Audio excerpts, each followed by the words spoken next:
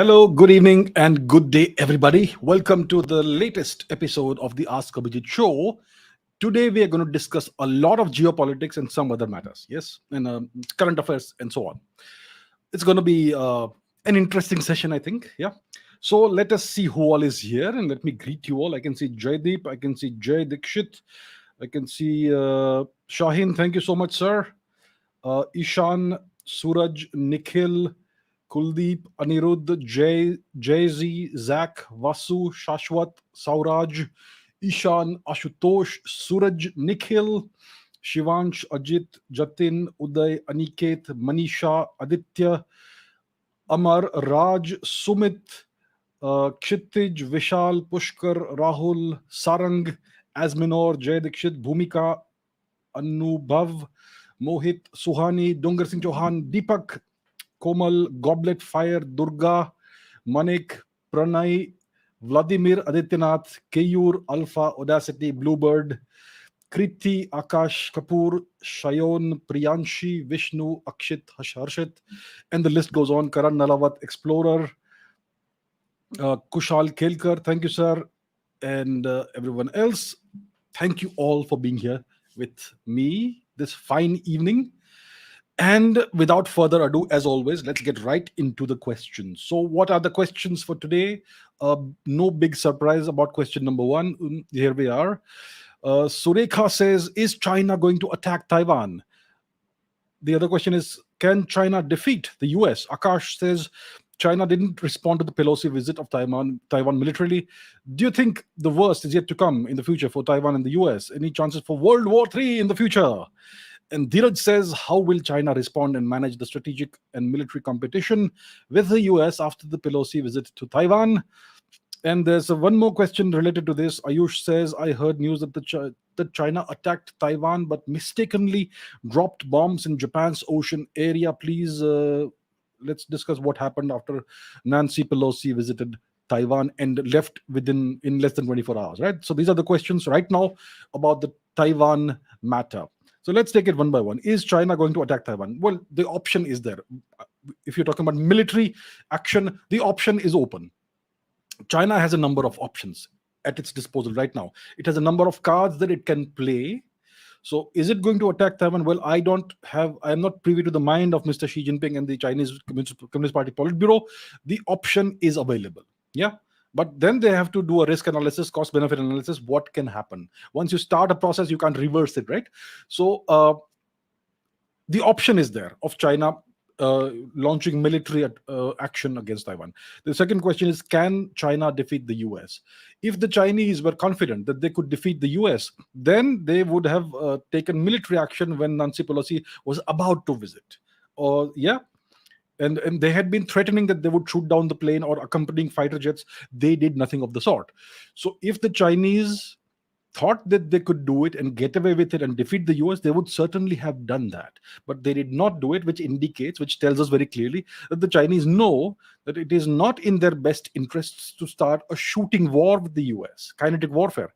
It's not going to turn out well for them. The US is overwhelmingly more powerful than the Chinese. That is a fact. China, of course, has military advantages in the Champa Samudra region, the so-called South China Sea region, and in the Strait of Taiwan, etc. So, since we are talking about this, we must look at the map. Where is the map? The map is here. Let me hide this for a second. Where is this flashpoint? So we know where India is. Yes. So let's go east of India. We have the Kalinga Mahasagar, which is apparently called the Bay of Bengal. We have the Champa Samudra, which is the South China Sea, and here we have the island nation of the island of Taiwan, right? And between Taiwan and the Chinese mainland, we have the Strait of Taiwan, the Taiwan Strait. So this is where the entire matter is happening. Now, it's interesting to see something. If you go to the city of Xiamen, the port city of Xiamen, there is something called the Great Kinmen Island, this one here, Kinmen County. Yes, this is administered by Taiwan. It's right off the coast of China, just a few 5 or 6 kilometers off the coast of China, and it is administered by Taiwan. So the Chinese are okay with that. You see, the Chinese know that eventually, when the time is right, they can take everything back. So they are allowing the Taiwanese to control this little island right off the coast of China, where they can actually see it. So this is the region we are talking about, right? So what are the questions? Once again, let me see. Uh, Okay, so the Chinese, I believe, cannot defeat the US. It is extremely dangerous for them to start any kind of military action which involves the US. They can certainly dominate this region. Yes, they have a very powerful navy. They may have more numbers than the US has anywhere in the world. The Chinese navy is not, they don't have just a navy, which means the destroyers, corvettes, frigates, submarines, aircraft carriers. They also have a, the Chinese fishing fleet also doubles up as a navy. Some of their other vessels also, which are typically non-military vessels, also have dual purposes. So they have a massive numerical advantage in this region. Like I keep saying repeatedly, quantity has a quality of its own. India doesn't seem to learn about this. We are investing in extremely expensive platforms like aircraft carriers. Quantity has a quality of its own. It's not my quote, it's what Joseph Stalin said, okay, when he was alive. This quote is attributed to Joseph Stalin, not to me, but it's something I use because it makes sense. Quantity has a quality of its own. The Chinese have been following this dictum. They have massive numbers of hulls, vessels in this region. So if there is warfare, they could certainly take over Taiwan, but then the long-term consequences would be terrible. So it's clear that the Chinese cannot defeat the US. It is not advantageous for them to start military action. Possibly, yeah. Uh, China did not respond to the Pelosi visit of Taiwan militarily. Do you think the worst is yet to come in the future? And any chances for World War III in the future? And the next question is also similar to that, right? Right. So chances of World War III, I hope, are remote. Uh, the thing about war is that it causes a lot of destruction. The US and the Chinese, if they go to war, China will lose a lot of its infrastructure. They will lose strategic assets. So will the US. And wars can go beyond wars can cross certain lines that nobody wants them to cross, right? When a certain side feels threatened, it may feel like it has no option but to use certain weapons that we should not never ever use. And both the Chinese and the Americans have these weapons. I'm talking about nuclear weapons, obviously. So do I think the worst is yet to come in the future? Let's talk about Taiwan. What's happening in Taiwan right now?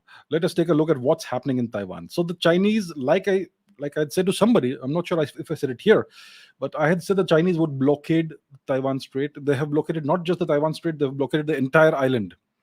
They have blockaded the entire island of Taiwan. As you can see, this image comes from Chinese media. Okay, so this is their official. It's an image put out by the Chinese media itself, government media.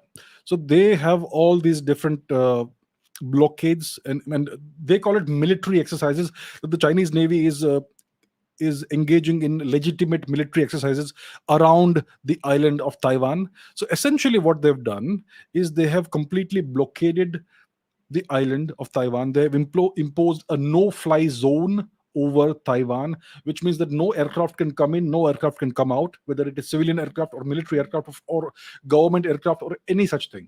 Taiwan is now cut off from the rest of the world physically. No aircraft are incoming or outgoing, and the Taiwanese military cannot take any actual action because they are completely surrounded right now. And as we know, the Chinese fired several ballistic missiles over Taiwan, right?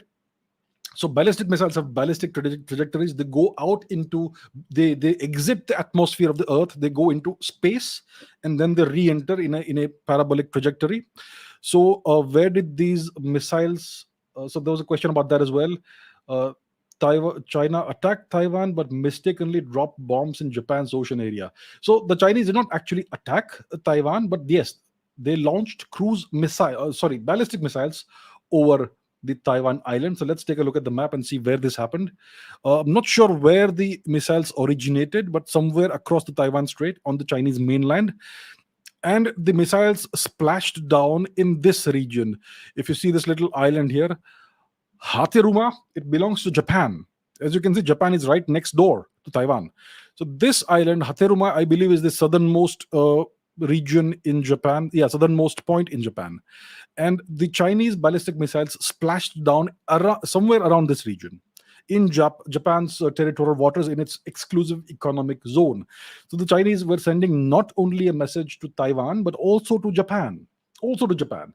China and Japan have this long standing feud, which dates back to the early 20th century and maybe even before that. So that's a whole different story.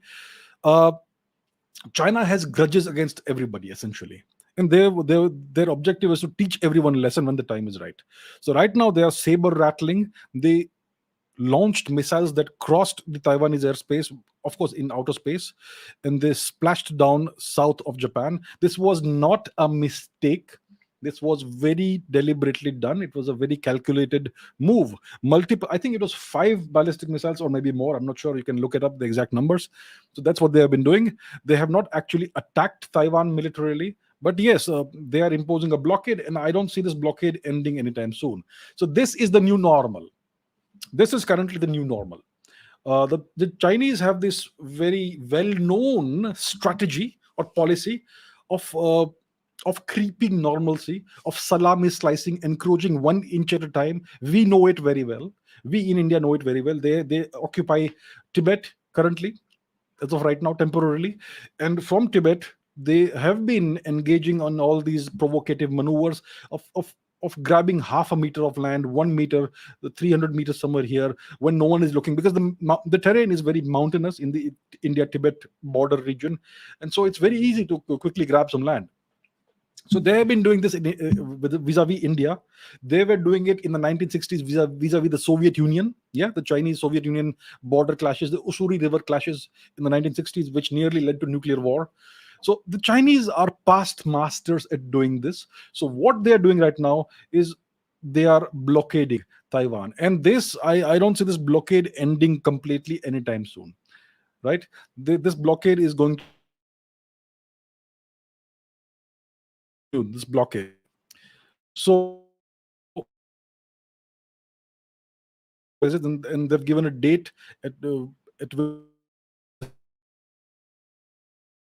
craft across the Taiwan Strait and into Taiwan's territorial airspace, Taiwanese airspace.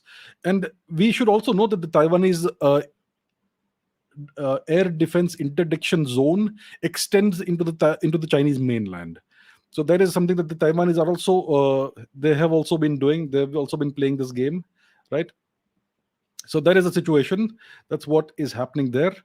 Uh, so what are the other questions that we have about this matter? Uh, how will China respond and manage the strategic and military competition with the US after the Pelosi visit to Taiwan? So the main issue from the perspective of China is not that Taiwan is difficult to capture. It is that Taiwan essentially is a proxy of the US, right? When you're dealing with Taiwan, you're essentially dealing with the US. Taiwan is like a vassal state of the US. It's like a US proxy. It's like a US held island in this region. There are these what do you call them? The islands, the island chains. First island chain, second island chain. So the first island chain is Taiwan and the Japanese islands, which kind of cut off China's free access to the Pacific Ocean. Philippines is also kind of part of that, and then you have the second island chain, which is the Marshall Islands and Guam and all that, which also the Midway Atoll, etc., which are also held by the US. So the Chinese feel that once they can break free of these island chains, then they will have the freedom to essentially take over the Pacific Ocean region with their enormous naval strength and so on. But these islands are very well defended, and starting any military action will be extremely counterproductive to China.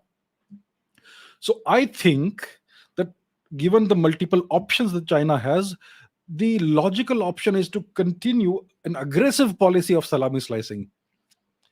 Going to war, they don't want to destroy the island of Taiwan, right? They want to take it. It's a valuable island. It's a prize catch. If you destroy the island of Taiwan in a war, in a ballistic war, then you will have to rebuild it. They will have to spend hundreds of millions of dollars rebuilding the island of Taiwan. It's far better to capture the island entirely intact. That makes much more sense from a military and strategic perspective, from a geopolitical perspective. You don't want to inherit a wasteland. You want to inherit something that is intact. So what the Chinese, one of the options the Chinese have is to continue this blockade of Taiwan indefinitely. Just keep it going on and on. Keep encroaching into their airspace. Keep encroaching into their naval space, their exclusive economic zone. Just make it all irrelevant. Make this the new normal, that the Chinese will be everywhere, and blockade the island. Don't allow flights in and out. Starve it in a say. It's a siege policy, siege warfare policy of sorts. Yes, and the Chinese, uh, they have enormous economic clout. There are certain disaffected elements inside Taiwan who are politically more leaning towards the Chinese Communist Party. There are always such elements in any nation, right? There are such anti-national elements in Russia, in China, in Taiwan, back home in India, etc. Every nation has certain such disaffected elements. So in Taiwan, there are certain elements that support the Chinese claim of Chinese desire to reunify the island of Taiwan with the mainland, and the Chinese will maybe financially support them and give them more, more prominence, and so that sort of thing could happen. If you are under a state of siege where you are blockaded and you don't have any way in or out, then slowly over time you get impatient, and you start resenting the government, which is able to do nothing. And that's when these other political forces gain more currency. And even the Taiwanese economy has a great deal of interlinkages with China, with the Chinese economy. Many of the companies work in both places, etc. So you could influence the Taiwanese population through that as well. So the Chinese have multiple means of achieving their long-term objectives. So I believe that right now, even though the military option is open, it is somewhat unlikely that the Chinese will indulge in a military adventure or misadventure. Unlikely, not impossible. Yeah, it is certainly on the cards. The cards are open, but more likely they will continue the blockade as long as it takes. It costs them nothing. They can keep it going. They have a massive naval strength, and they will slowly try to turn the tide internally in Taiwan and make the population more receptive towards reunification with China. And if there is an upsurge of that sentiment, then it becomes very hard for even the Americans who keep on tom-tomming about democracy to deny the sentiment. So these are the options that the Chinese have. What they will actually do remains to be seen. So that's the situation as of today, right, in this region. Now let's take a related question. Dongar Singh Chauhan says, why doesn't the US give nuclear weapons to Taiwan?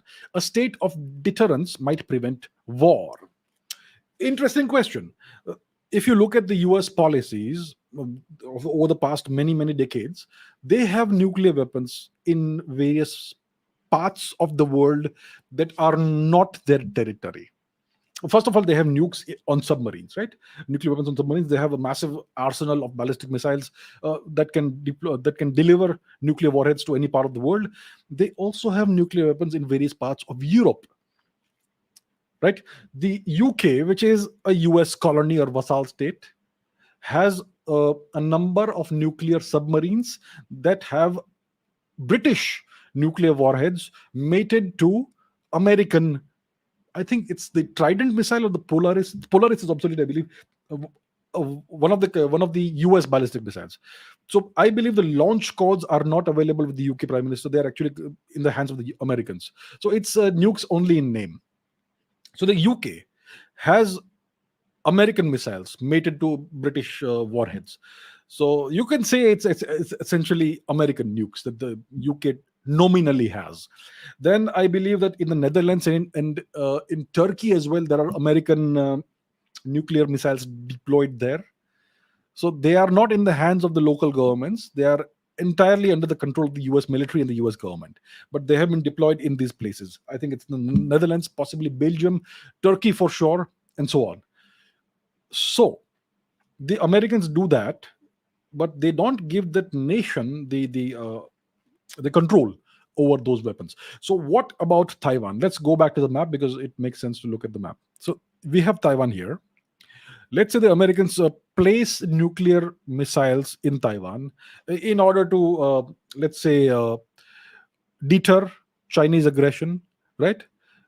Is it not possible that the Taiwanese, if they are put under a state of siege for months, maybe 2 years, 3 years. They may get fed up and they may open the gates for the Chinese to come in. And then those nukes may fall into the Chinese hands and they will have access to American nuclear weapons technology and missile technology. Is it not possible? Is it not possible that you might have Chinese spies on Taiwanese territory that might possibly try to leak out certain secrets? If Taiwan falls for whatever reason, those nukes, those missiles will immediately go into the hands of the Chinese. When the Americans did this attack on this operation in Abbottabad to take out apparently Osama bin Laden, one of their helicopters malfunctioned. They had to destroy it, and then the Pakistanis handed over the remains of the helicopter to the Chinese. This was a secret helicopter. It was a classified helicopter whose existence had not yet been disclosed to the public. Right? So there was some advanced technology. There were certain advanced technologies in the helicopter, some stealth technologies, some coating material which would radar absorbent material, and various other things as well. So whatever was left of the helicopter, they had to destroy that helicopter in a great haste. They put some plastic explosive or whatever, some charges, and they blew it up. But much of it still remained intact. It was no longer functional, but you could study it very well. It's not like the BrahMos missile that went into Pakistan and was completely mangled out of shape, nothing left of it. So the Pakistanis could not glean any information or technology from it. The helicopter had some valuable technology, and the Chinese took that. So the Americans do not want such things to happen again. So far away from American control, Taiwan is a fortress surrounded by the wolves, essentially.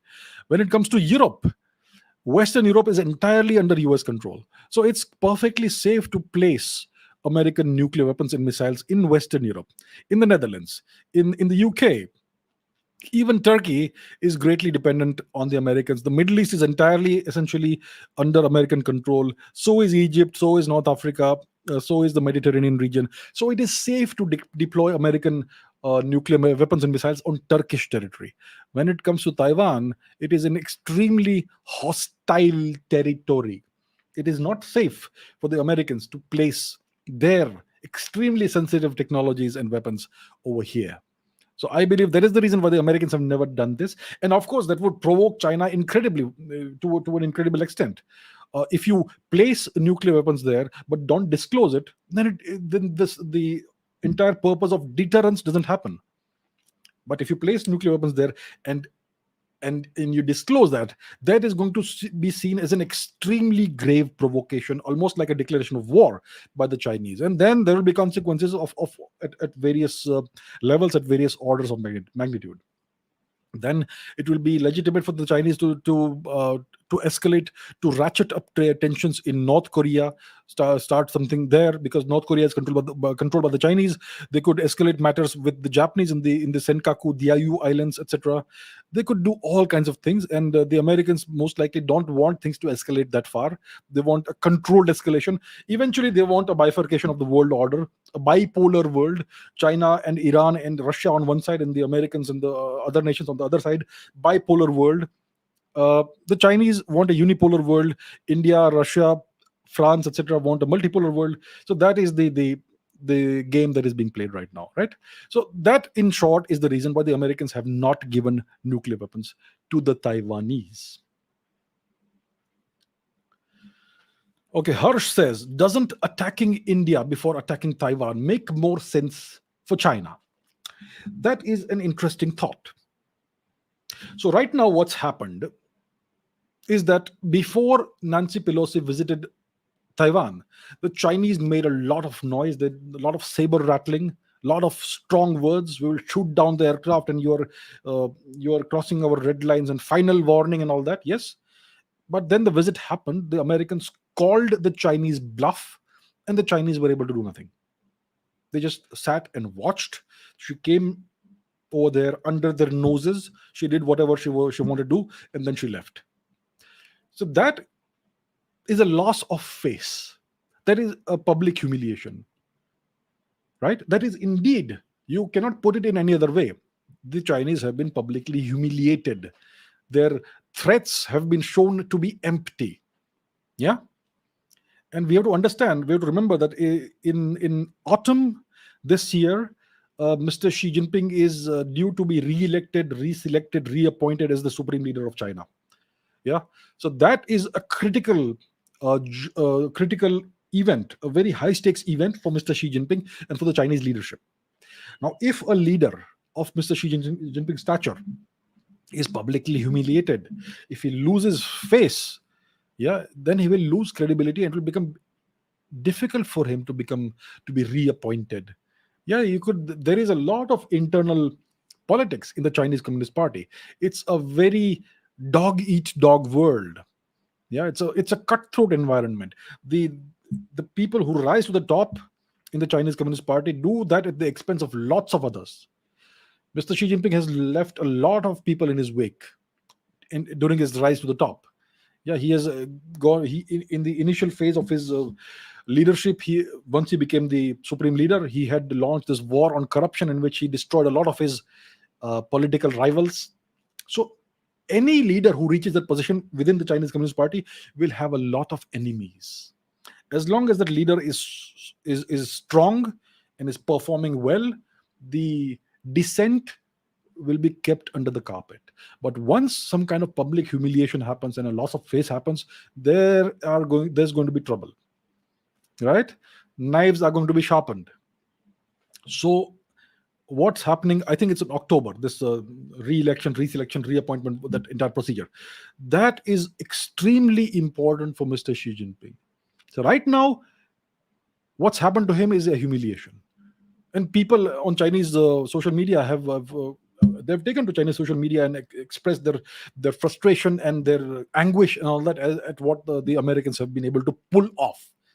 Yeah, it makes the Chinese Communist Party look weak. It makes the leader look weak, which is very dangerous for the leader and also for the Chinese Communist Party. The Chinese Communist Party they have this unspoken, unwritten social contract with the Chinese people that you will accept our dictatorship and we will make China great in return for you. And we will improve your standards of living and all that. And it is all built on a plank of hyper nationalism. That China is the middle kingdom, the greatest nation on earth. We're going to outpace the Americans. We're going to replace and displace the Americans as the global superpower, and so on. That is the promise that has been made to the Chinese people repeatedly, again and again, through every single pronouncement by the Chinese government.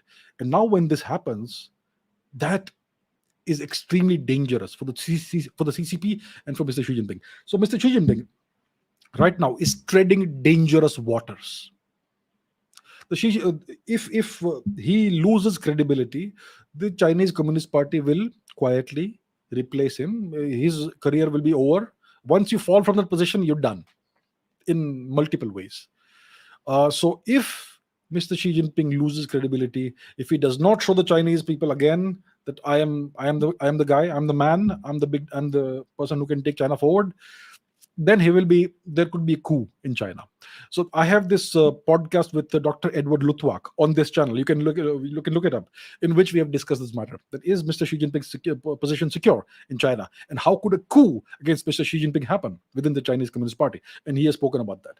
So this sort of thing could happen if Mr. Xi Jinping, if things go wrong, the Chinese Communist Party will blame the leader. And they will put all the blame on him. They will scapegoat him, get rid of him, and get somebody else in his place. That is a very real possibility. And right now, that possibility is no longer a hypothetical or theoretical possibility. People are actively considering that, I'm sure, within the Chinese Communist Party. Very dangerous times for Mr. Xi Jinping. So, what can Mr. Xi Jinping do about this? After all this big talk, nothing happened. So, the first thing is, like we know, the Chinese are blockading Taiwan. But is that enough to avenge the humiliation? Blockading Taiwan? Or does China need to show something more in order to restore the prestige and the credibility of Mr. Xi Jinping? That is why the option of some kind of misadventure with India is open. So if Mr. Xi Jinping or the Chinese leadership calculates that they can get away with some kind of short, sharp war with India, in which India loses more territory, then the Chinese public could be placated. Yes, we are back. We have done it. We have shown it. So that option is always open. And obviously, the Chinese do not want a strong government in India. If India loses a short, sharp war with the Chinese in which India is humiliated by losing more territory, then it could conceivably lead to the fall of the government in the next elections, 2024. So the Chinese could end up killing two birds with one stone. They could, Mr. Xi Jinping could restore his lost prestige, and they could also engineer a fall of the current Indian government led by Mr. Modi, right? And then there could be some coalition government in India with all those regional parties that do nothing, and then India would be much more amenable to Chinese colonization and Chinese whatever the Chinese want, which was the case in the past, right? So that is a very attractive option, in my opinion, for the Chinese. The question is, according to Chinese calculations, is it worth the risk? Is it worth the risk? One would imagine that the Chinese, if they were to start something with India, they would do it in the Sikkim Siliguri corridor region. And they would want to, if they can take over the Siliguri corridor region, then that would cut off the far east of India from Indian control, and that would be a massive humiliation for India. So that is typically where they would go, or they would go into encroaching further into the Ladakh region or whatever, or in Arunachal Pradesh. So these are various options the Chinese have. They are always actively considering this. The question is, do they believe that they can get away with it? Because I know, I can guarantee that the Indian government is also very much aware of the options that the Chinese have. And the fact that right now Mr. Xi Jinping is kind of desperate to restore his credibility, and he could be tempted to do something like this. So I believe that India is very much aware of what the Chinese are doing. The Chinese could get into Bhutan possibly, but that is not a big enough thing for them. They want to throw a few punches at a much bigger actor, geopolitical actor. So India is a good option for that. I believe the Indian military and the Indian government is very much aware of all this, that the Chinese could do such a thing, and they would have already war gamed all the possible scenarios. And we have spoken about this in detail. The Chinese positions in Tibet are pretty much exposed. India has satellites and other assets in place which can monitor Chinese activities in real time, essentially, even at night. And if the Chinese do anything, their military bases and their camps and all are within easy reach of Indian Indian missiles and aircraft and all that. India has multiple advantages, and of course, the Chinese know that they cannot go too far with a nuclear armed nation. Otherwise, they're going to lose much more than they will gain. So this is a balancing act. There is going to be the temptation for the Chinese leadership and Mr. Xi Jinping, especially given the events in Taiwan last week. This temptation will be there to possibly restore some kind of credibility by attacking India and taking a bite out of Indian territory. Then the humiliation they suffered at the hands of the US will be temporarily forgotten, and Mr. Xi Jinping can go ahead and get re-elected or reselected or reappointed in the next October, or in the autumn session, right? So it does make kind of sense for China to consider this very seriously, attacking India before Taiwan. Maybe they don't want to attack Taiwan at all. They want to take over the island without firing a single shot, slowly over time, blockade the island, and eventually engineer an internal takeover of the nation, of the island. But vis-a-vis India, there is always the temptation for China to attack India, to make a point to their own people. Foreign policy is a reflection of internal politics, always. Whether it's the US, whether it is India, whether it is other nations, whether it is France, whether it is China, whether it is Russia. Foreign policy is always a reflection of internal affairs and internal, whatever is going on inside. If you need to appease your people, you need to do certain things in the foreign policy domain, which will kind of make the people happy. That these calculations are always there. So yes, we are going through a kind of a dangerous time right now.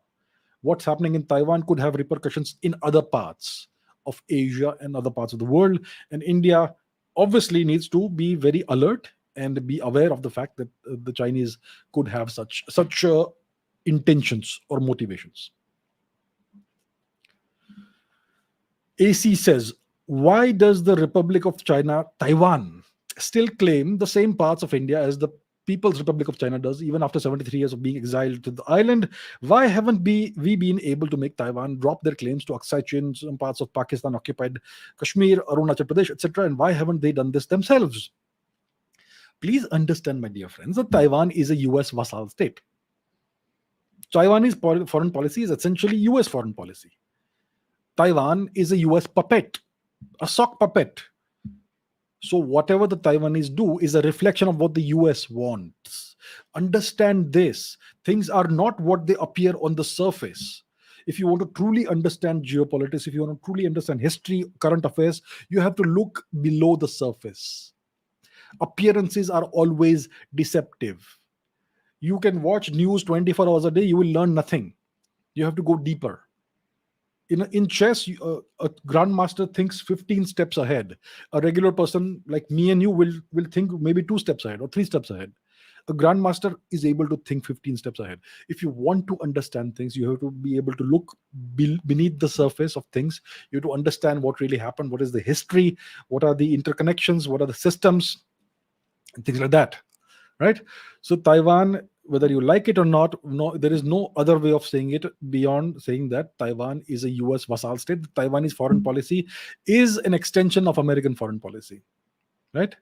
And of course, there are certain internal matters as well, which the US will accommodate as far as it doesn't really make too much of a difference to their national interests. So yes, the Taiwanese government claims Tibet as part of their country. They claim Arunachal Pradesh. They claim parts of Pakistan occupied Jammu and Kashmir. Yeah. And so on and so forth. Aksai Chin as well. They claim that. And in the past, it's so happened that the president of Taiwan, that lady, I forget her name, she on Twitter wished India a happy Independence Day, etc. And like all other world leaders do, and Mr. Modi, our prime minister, responded to all the other world leaders, but he did not respond to the wishes, to the tweet of the Taiwanese leader, president, right? So they and people, Indian commentators, Indian geopolitical commentators, etc., were urging Mr. Modi, please respond to this friendly gesture from Taiwan, etc., and so on. Mr. Modi did not do that. There are good reasons for that. You have to understand that. Most people don't even know that Taiwan has the same claims on Indian territory as the Chinese Communist Party does. Taiwan cannot be regarded as a friendly nation to India. If they have these claims, it means they are claiming our territory, which has been our territory for thousands of years. Yeah. So that is not a friendly, the behavior of a friend, right? So yeah. So the reason why it is so is, first of all, because they themselves have an expansionist mindset, and secondly, because the Americans want to keep pressurizing India by having these tactics. And Taiwanese foreign policy is an extension of American foreign policy. Taiwan is an instrument in the hands of America to deal with China, to control this region. Which region? The West Pacific region, the so-called South China Sea, East China Sea region, and all that. So that's what it is. Okay, Edgelord says the problem is Xi Jinping and some psychos in top positions of the CCP, Chinese Communist Party.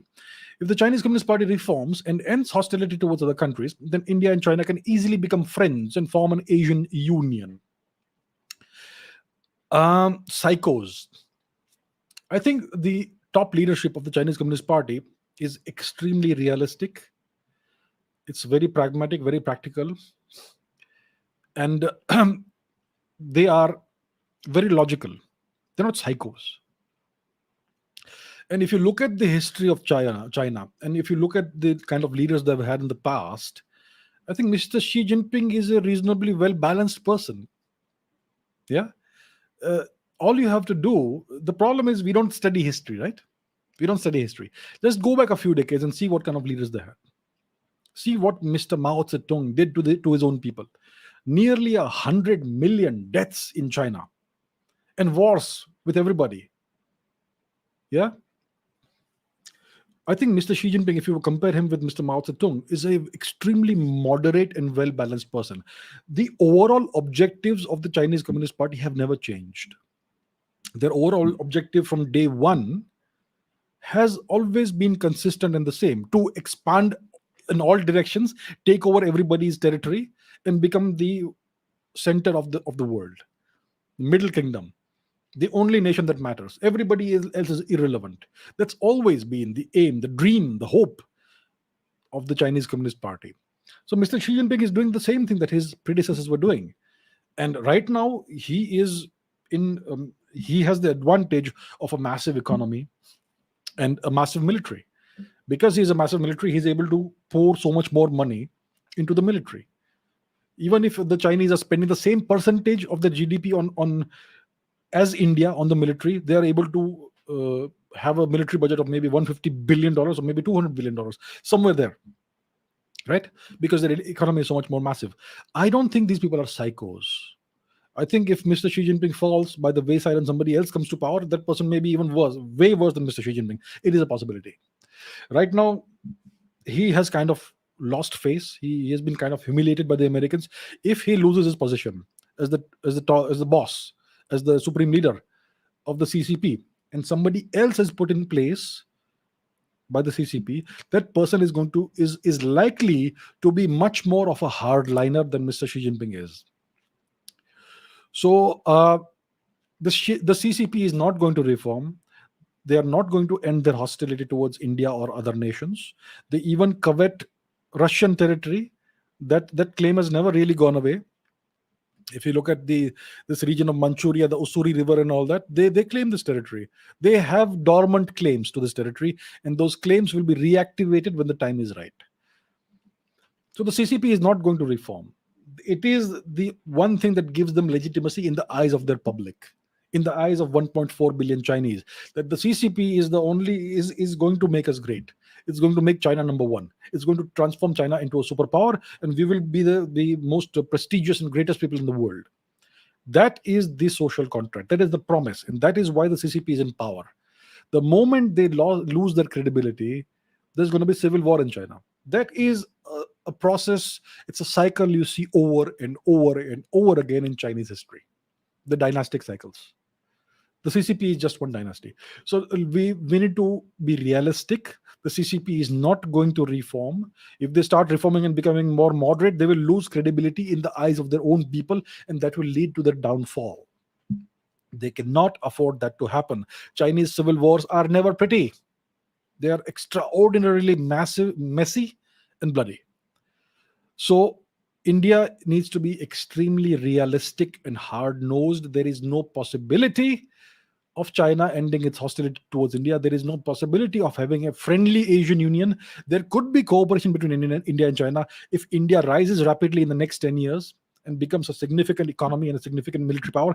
The Chinese will have no option but to grudgingly shake hands with India and cooperate on a variety of matters. But the overall objective, long-term objective, will still be the same: to destroy India and become number one. So I have said in the past, there is a possibility in the future of cooperation between India and China. I have not said there will be friendship and warmth.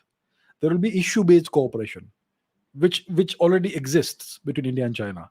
But always remember, the objective of the Chinese Communist Party is to make China the sole superpower in the world. And a strong India, united India, does not figure in their future envisioned world order. All right, so that's the deal. Okay, a couple of questions. Samarth Gandhi says, why did Sri Lanka allow Chinese nuclear missile tracking ship to dock?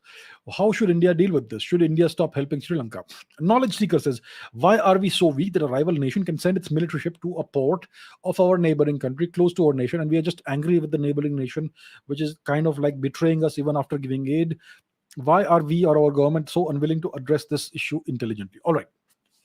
So the Chinese want to send a missile tracking ship, a spy ship, electronic measures ship, etc., electronic signals tracking ship to Sri Lanka, to the Hambantota port. Let's see where it is. They want to send it there. They have not sent it there yet. They have not docked the ship there. So where is Hambantota? Somewhere in the south of the country. Where is it? Here it is. This is Hambantota. This is a port that is essentially owned by the Chinese, given a bit to the Chinese by the previous corrupt Sri Lankan government. All Sri Lankan governments are more or less corrupt, essentially. So right now, Sri Lanka is going through a crisis. India is helping Sri Lanka. India is providing long a massive line of credit, and India is sending various food grains, etc., or maybe diesel, petrol, whatever, to Sri Lanka to help them tide over this crisis. There's a new government that's come into place. Ranil Wickremesinghe is the new leader in Sri Lanka. He is another stooge of the West. Yeah, if you look at his history, you will know that. I will not go into the details right now. So the Chinese want to send a spy ship, electronic tracking ship, to Sri Lanka.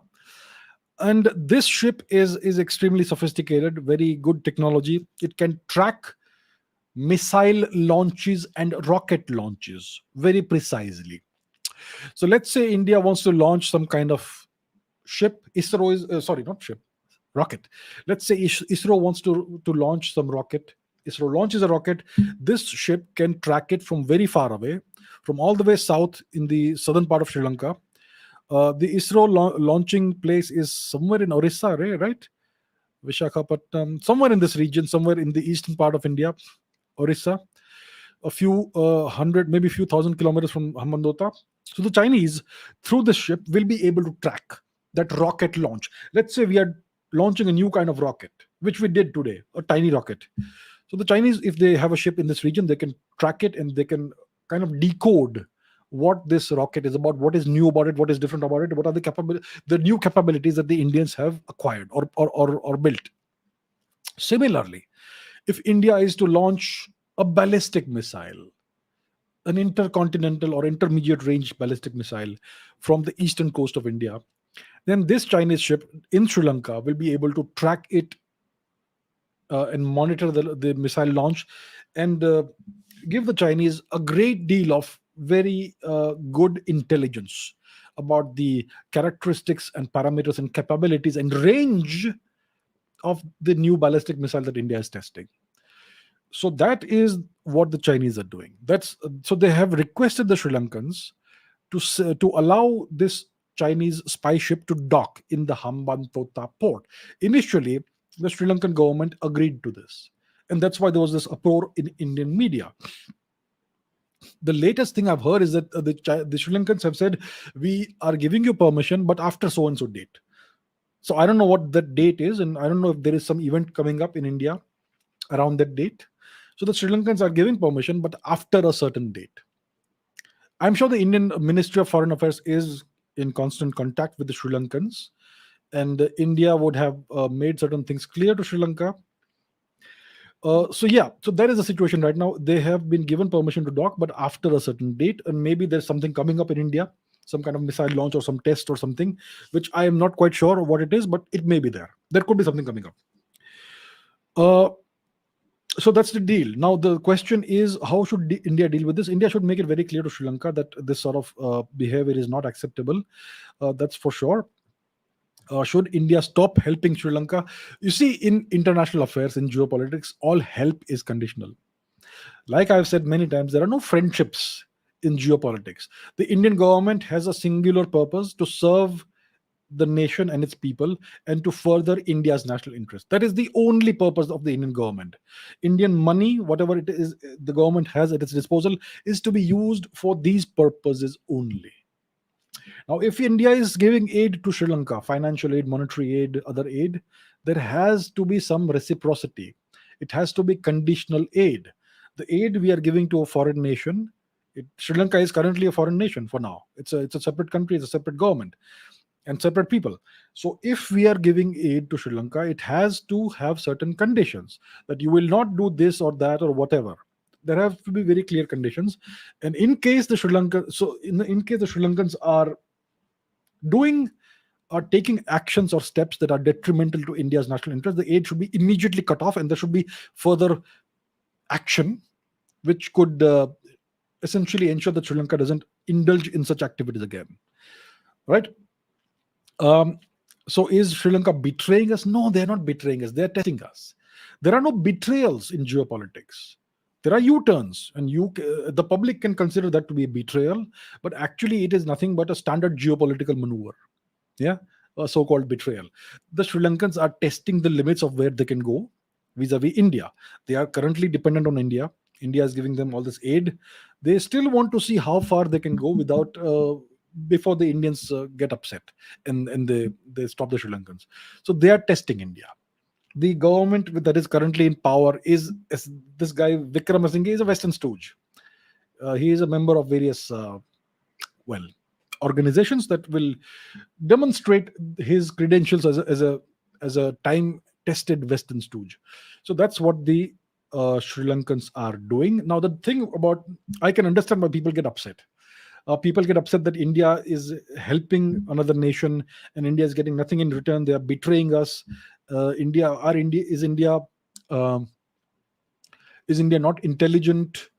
Is India helpless? Why are we helping people for nothing?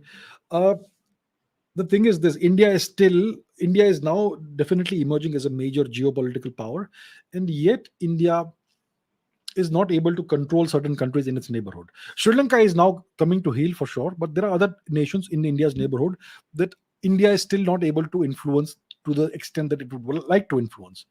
The question you have to ask yourselves is this: let's take a look at the Indian territory. Yes, let's remove this. This is the geographical extent of the present day nation state of India. How many portions within India's territorial boundaries is the Indian government able to control completely? There are certain regions where there are problems. There are problems. There are so many. See, people talk about a 2.5 front war. What they mean is that India's main enemies are within India. There are so many actors, let's say, within India's own territory that are on the payroll of foreign governments and who are serving the national interests of other nations. This is known to everyone. And we know the nations that are funding these various actors and elements within Indian territory. A nation like India or any other nation can become geopolitically influential only when it deals with the internal threats first. Right? Take a look at China. Why is China so influential in its neighborhood? Because they have quelled all internal problems. There are lots of elements, let's say, within China that would like to see China as in its present state to be broken up. And there are legitimate interests. When we talk about Tibet, Tibet doesn't belong in China. When we talk about Manchuria, you may not know this, but Manchuria should not be Chinese territory. The Chinese have taken over half of Mongolia. So there are many forces within China that would legitimately like to see the Chinese nation broken up because it's taken over so many foreign territories. But the Chinese have quelled all that internal dissent. There is the writ of the Chinese Communist Party is supreme within the Chinese territory. And that's why they're able to be so influential externally. When it comes to Russia, there are lots of these Western stooges within Russia. I will not take names, but there are such people. Those have been, let's say, their actions have been kind of neutralized by the Russian government. You can call it despotism, dictatorship, whatever you want to call it. I don't care. But practically, they have been able to neutralize those foreign forces within Russia. And that's why Russia is so geopolitically influential externally. The US, it doesn't tolerate dissent internally. It talks about democracy and human rights and freedom of expression and all that, but anybody who speaks, who takes actions that are detrimental to US national interests within the nation will be immediately dealt with extraordinarily harshly. So you have to first take complete control of your own territory and quell all anti-national elements and forces. Once you do that, you will automatically become powerful geopolitically. So India has a lot of internal friction, internal problems. Once that is dealt with, when everybody is on board with the national interest, right now lots and lots of forces within India are working against India's national interests. Once that is dealt with, India will automatically be orders of magnitude 10 times, 100 times more influential than it is right now. So that is the real problem that we are facing in India, right? So that's the deal with the Chinese spy ship in Sri Lanka. Luis Gerardo Escandon Alcazar says, if India assists the Chinese, the Shanghai Organization meet if India attends the Shanghai Organization meetings, at the same time it forms part of the AU, KUS, Australia, UK, US, or the Quad, where does that leave it in the case of a possible near future war on the Taiwan Strait, even if limited? Greetings from Mexico. Greetings from India, sir. So, India is indeed part of the Shanghai Cooperation Organization, SCO, yeah, which is essentially a Chinese creature. It's been created by the Chinese. Russia is part of it. India is part of it. Pakistan is part of it, and several Central Asian nations are part of the SCO. India is one of the major nations. There are three major nations: India, China, and Russia. It is China dominated, right? So India is part of the SCO. India is also part of the Quad, which the Chinese construe as an anti-China alliance. So the Quad, it's not an alliance as such, it's a coalition. It's India and America and its puppet states.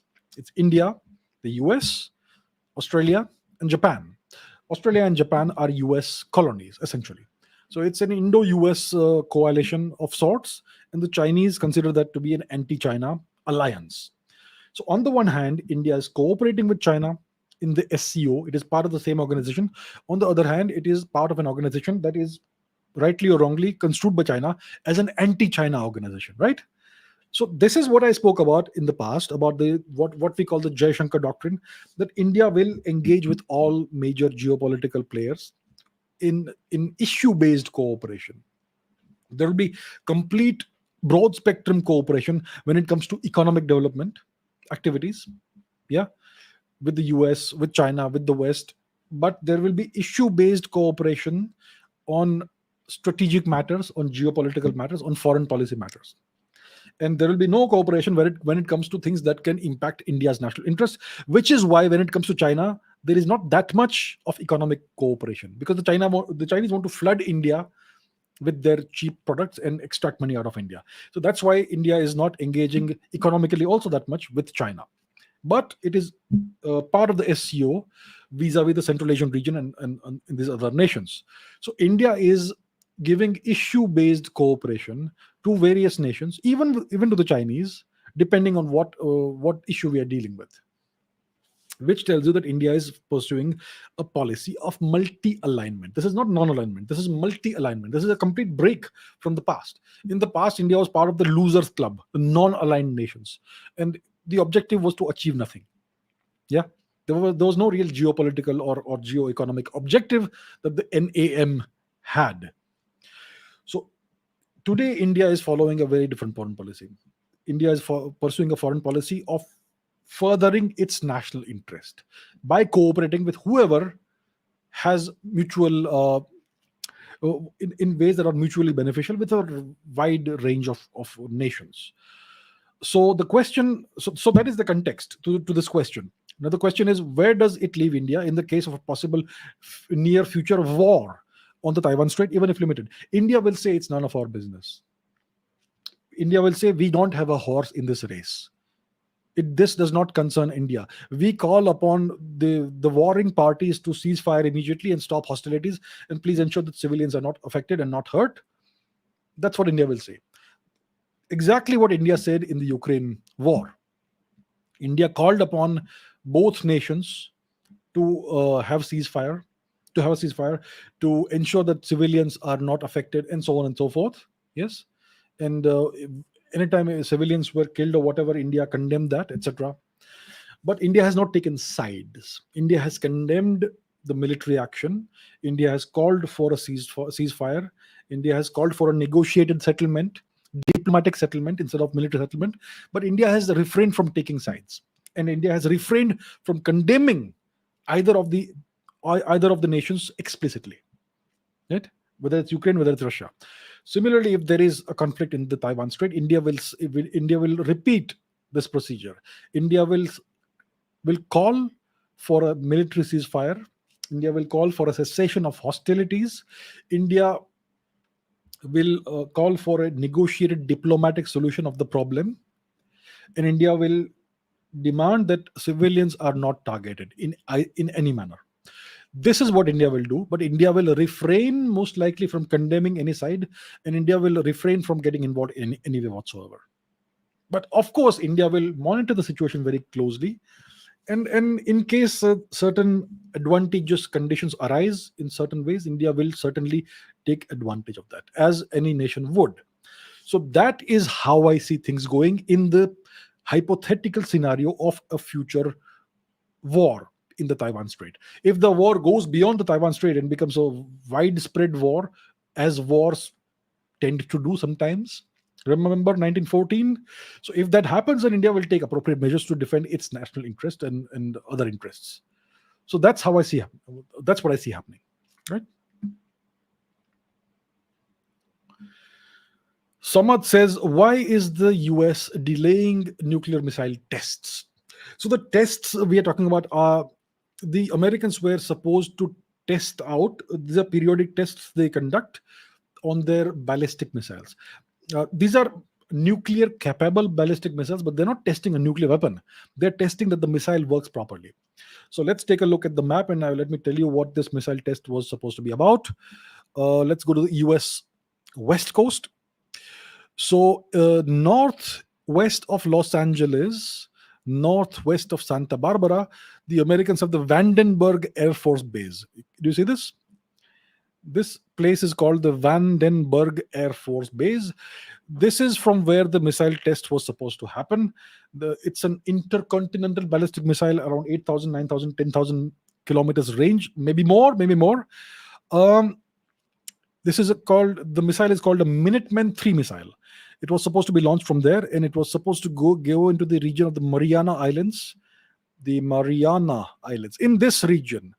So if we take a look at the distance, let's calculate the distance from here, measure distance from here all the way to Vandenberg Air Force Base, somewhere in this region. The distance is around 9,000 kilometers. So you can see it's an intercontinental ballistic missile range, the Minuteman 3 missile. And every nation that has such missiles conducts periodic tests of these missiles to see that they are working fine, right? So this test was supposed to happen earlier in the year, but then the Russian intervention in Ukraine happened. So the Americans delayed the test. They said, let's not indulge in any provocating maneuvering. So they delayed the test. They said, let things settle down a little bit. Now they were supposed to have this test around this time, I believe. And because of the Taiwan Strait crisis, they have again delayed the test, so as to not offend China and keep tensions low. So that is the official thing that I'm hearing. They are delaying or deferring the missile test in order to keep the tensions low. There are already enough tensions in the Taiwan region, etc. They don't want to add fuel to that fire, apparently. That's what they are saying. Now, I don't see how a missile test far away from China, a routine missile test far away from China, would add to the tensions with China or even with Russia when you're testing a missile in the Pacific Ocean, right? The Mariana Islands are far away from China. If you look at the map, where's the map? Here's the map. The Mariana Islands are the second island chain. They are way, way, way far away from China, right? So I don't see how it should offend China or make them, or add to the tensions. But that is what the Americans have said. I think that's been the official communication or response to questions. So that's what they have said. Now, does it make sense to me? It doesn't really make much sense to me. But yeah, well, I'm sure they know things that I don't know, right?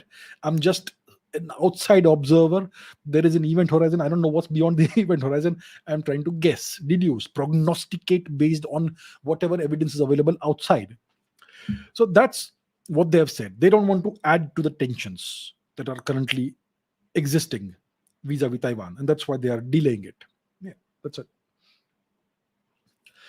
Alpha Beta says, why the hell does DW News... Okay, why has DW News started to criticize Mr. Zelenskyy? What's the reason? Yes, we are observing certain strange phenomena in the geopolitical sphere, in the journalistic sphere, media, the Western-controlled media is kind of criticizing Mr. Zelenskyy. I have not seen this DW News thing, but like you're saying, it must have happened. But what I can show you is this. We all know Amnesty International, which is controlled by the West, which means it is controlled by the US. They are always critical of India. If you see their Twitter, let me show you an interesting tweet from Amnesty International, which came 3 days ago, August 4th. They said this: Ukrainian forces have put civilians in harm's way by establishing bases and operating weapon systems in populated residential areas. Such tactics violate international humanitarian law and endanger civilians as they turn civilian objects into military targets. Now, in case you have seen my previous episodes from when the Russia Ukraine war started, I said precisely the same things.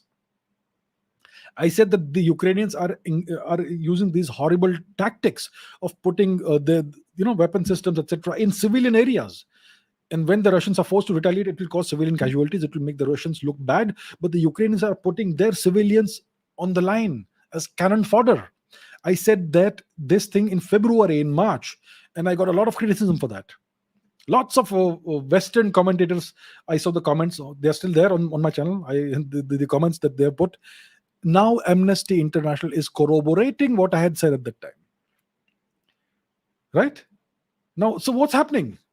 Amnesty International is essentially an agent of the West, of the Western powers, which means the US.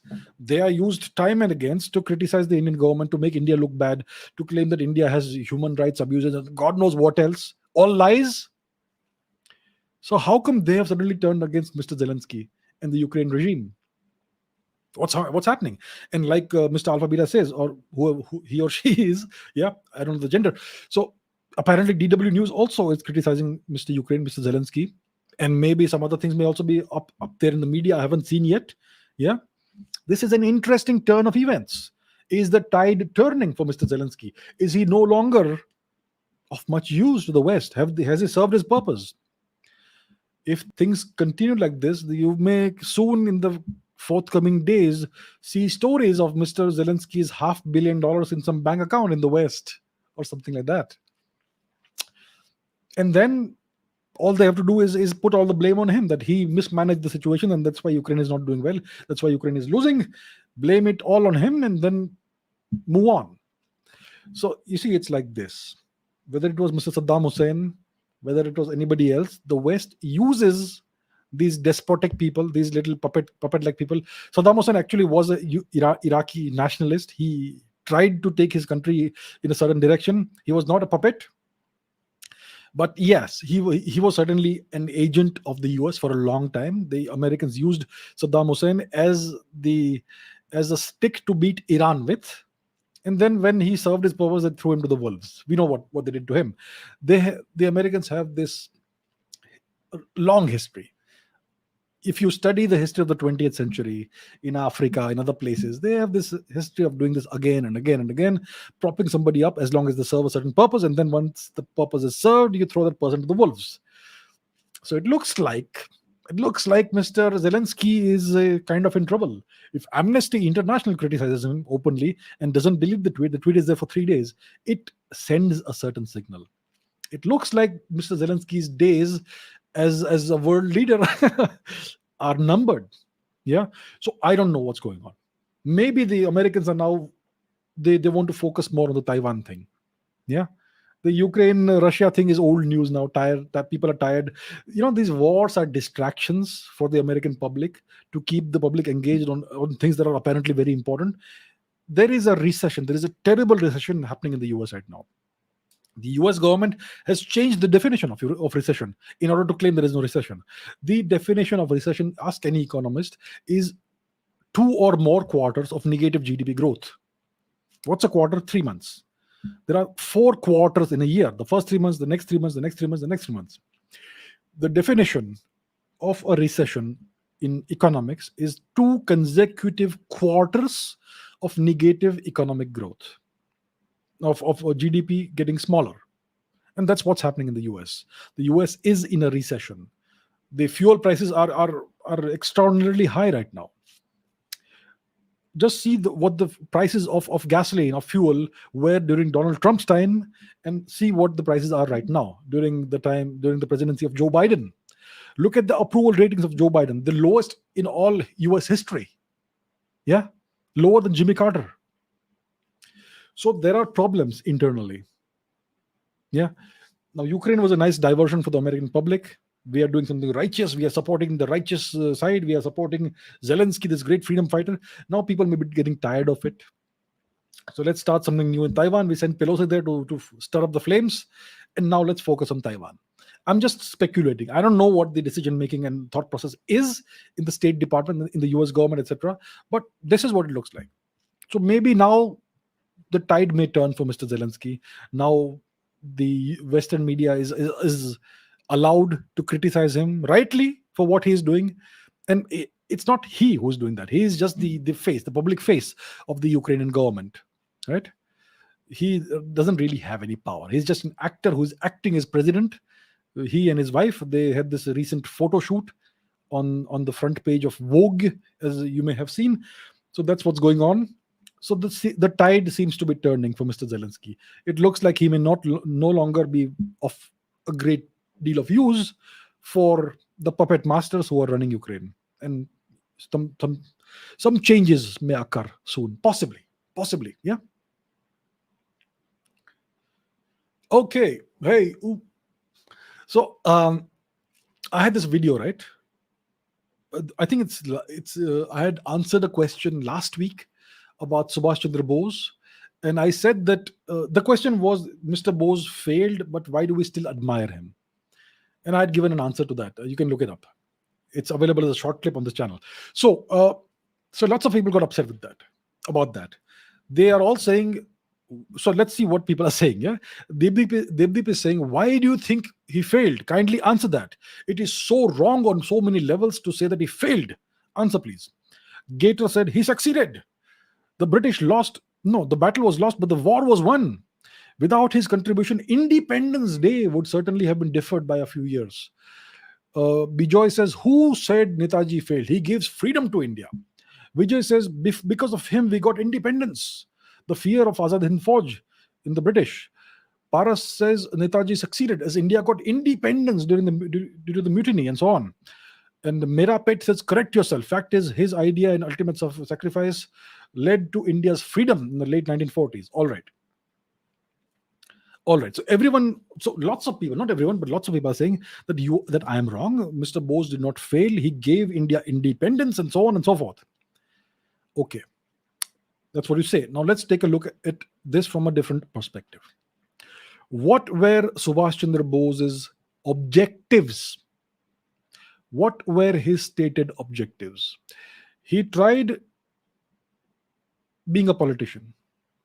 He was the president of the Indian National Congress, right? In the Congress party. Mr. Gandhi outmaneuvered him, played a political coup against Mr. Bose, and he was ejected. He had to resign, right? Because he lost political support. That's the game Mr. Gandhi played against him. Mohandas Gandhi.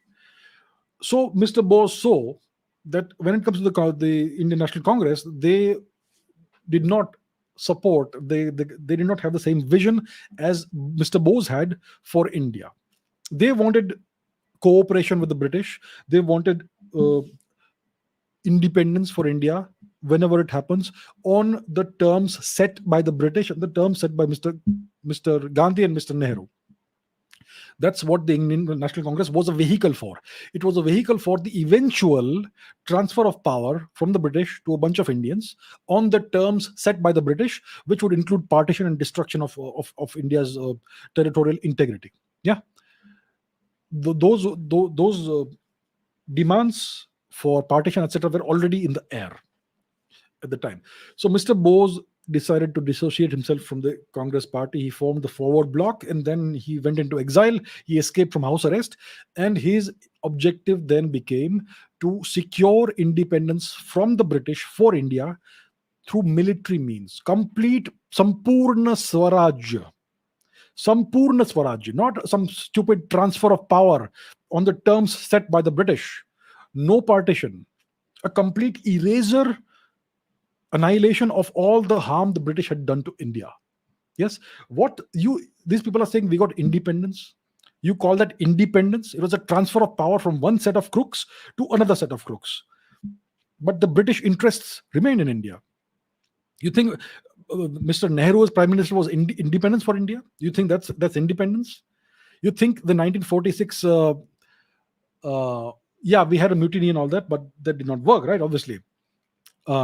The constitution that India got, you think that is independence? It is a continuation of the 1935 legislation of the British. The laws that the British had written remained in place. The Indian Penal Code dates back to 1860, I think, 1830, whatever it is. Look it up. Nothing changed. All the stooges the British had built up over time in India, they retained their positions of power and prestige after our so-called independence. And the common people who had lost everything, they still have nothing. Before the Riot Act, RYOT, Riot Worry Act, that the British legislated, almost all Indians had some land. Indians always had land. The British took it away and gave it over to the Zamin. The process started with the Mughals, with the Turks, the Zamindari system of taking away land from Indians and putting the land in the hands of these tax collectors and thugs called zamindars.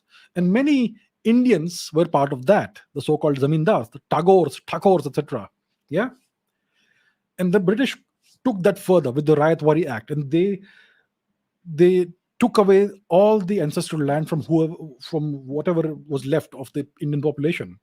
More than, I don't know how many millions, hundreds of millions of Indians had their land usurped from them because of this act. So after independence, if it is real independence, should the land not be given back to Indians? Nothing of that happened.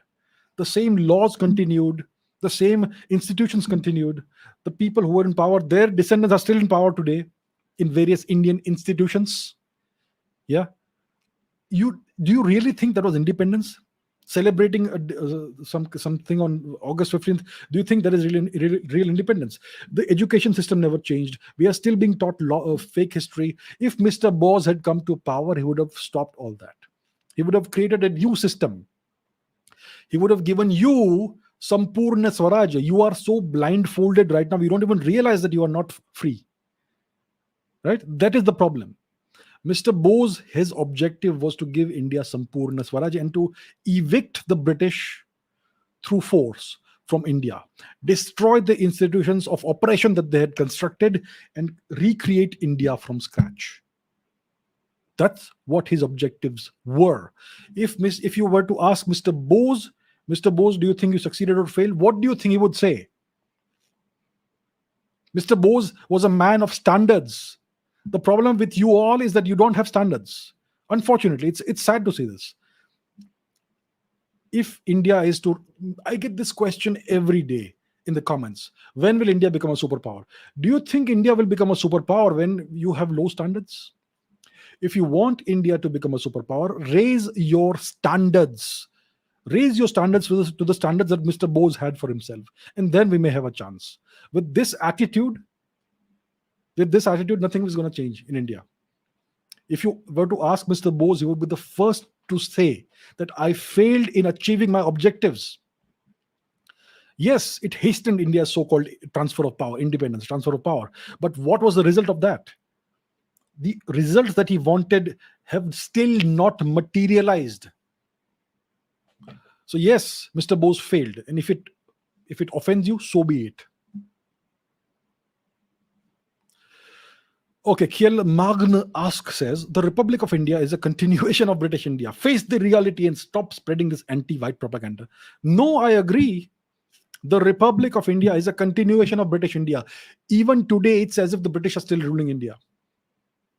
Even today, it is as if the British are still ruling India. I am speaking in the language of the British. The education system is in the language of the British. You want a job, you have to be able to speak English. You have a job, you have to go through the grind of the colonial education system. Yes, in the 21st century, they teach you computer science and all that, but the way they teach things and the exams are still the same as they were in the 19th century. Nothing has changed. It's about memorization and about passing exams, not about actually learning anything. You're not allowed to question teachers. Everything is the same. The institutions are the same. The constitution is a foreign constitution. It was drafted by this Constituent Assembly that was the result of the 1946 elections held by the British on Indian soil. A foreign occupying power held elections. How can you consider that to be legitimate? Less than 13% of eligible Indians were allowed to vote in those elections. If elections were held in occupied France during Nazi Germany's time, do you think those elections would be called legitimate? But no. So yes, India is still colonized and people don't realize it. Everything is right in front of you, but you don't see it. That's how blind people are. So I agree with my dear friend Kiel Magne Ask. We have to face the reality. India, the Republic of India, is a colonized nation. It is a continuation of British India. Nothing has changed. The laws are the same. The constitution is foreign. The Indian Penal Code is the British Penal Code. Everything is the same. The institutions that you are laboring under are British institutions. So I don't know what anti-white propaganda you're talking about, but I agree with you. Yeah. Okay, Majar Chachar says, you always say that the Pashtun leader Khan Abdul Ghaffar Khan was against the partition, but you seldom mention the Sindhi nationalist Allah Baksh Soomro, who lost his life in 1943 because he stood against the Lahore Resolution and the partition of India. Yes, you are right. I don't seldom mention him. I have never mentioned him until now. So yes, Allah Baksh Soomro was a Sindhi politician. He was an Indian nationalist. He was dead set against partition. He opposed the partition vehemently. Uh, he was quite influential. And yes, he stood against the Lahore Resolution. He opposed partition. He wanted a unified India. He said that Muslims are Indians. They are not. He opposed the two nation theory, the Do Qawmi Nazariya. Yes, and because of all these things, he lost. He was assassinated in 1943 while being transported on a tanga, horse cart. Yes. So yes, there are many such people. There are not many such people, but there are some such people who deserve to be remembered and recognized for putting their lives and everything on the line for the sake of the territorial integrity of India. Yes. So I would encourage my viewers, if they are interested in reading more about this good man, Allah Baksh Soomro, who was against the partition of India, and he had to pay the ultimate price for that. Erika says, thank you. The question is, what was the special way of life and governance that made India prosperous before colonization? And would it be possible to live this way again today? What would be required, and how could everybody contribute to reach this way of life? Also, are there books about this? Books which address the specific issue? I'm not sure there are any. But let me address the main question, which is, what was the special way of life and governance that made India prosperous before colonization? Is it possible to live this way again today? See, India is a river valley civilization. For 10,000 plus years, India has been in settlements in the Indian subcontinent, from top to bottom, east to west, north to south, have been around river valleys. So people talk about the Indus Valley civilization. That is just one phase of India's long history. We have, if you call that the Indus Valley civilization, there is a Kaveri Valley civilization also. There is a Tungabhadra Valley civilization. There is a Ganga Valley civilization. These are not separate civilizations. This is just different local manifestations of the overall Indian civilization. So the first thing is, India has always been a river valley civilization. India has always been a dharmic culture which worships nature, which frowns upon any attempt to destroy nature or exploit nature. Yes, killing of animals, killing of forest, destroying forests, all that is regarded as a sin, right?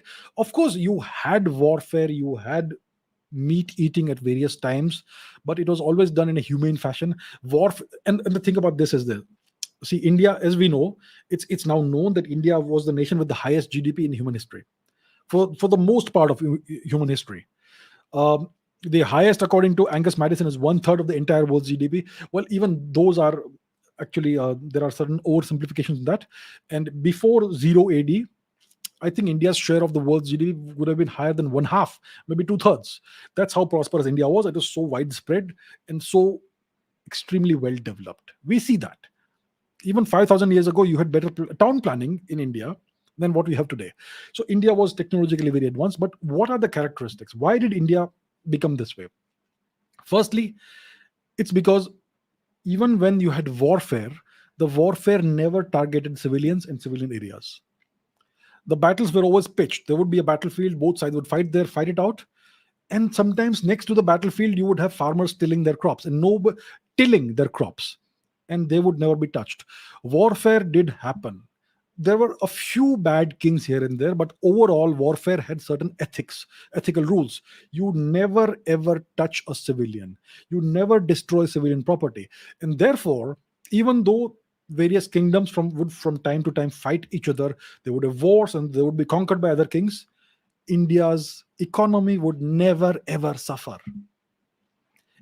And much of the wealth was donated to temples. Temples were educational institutions. Kings would donate wealth. The kings and emperors would subsidize education. Education was free, healthcare was free, and there was a great deal of prosperity. There was always surplus grains and all that to offset for El Nino kind of events, when you would have less rainfall from time to time, once in a while. So there were no famines in India. So the overall system was such that whether you had a single emperor who unified the whole subcontinent, or you had multiple kings, the cultural aspect and the civilizational aspect was the same. The way of life was the same.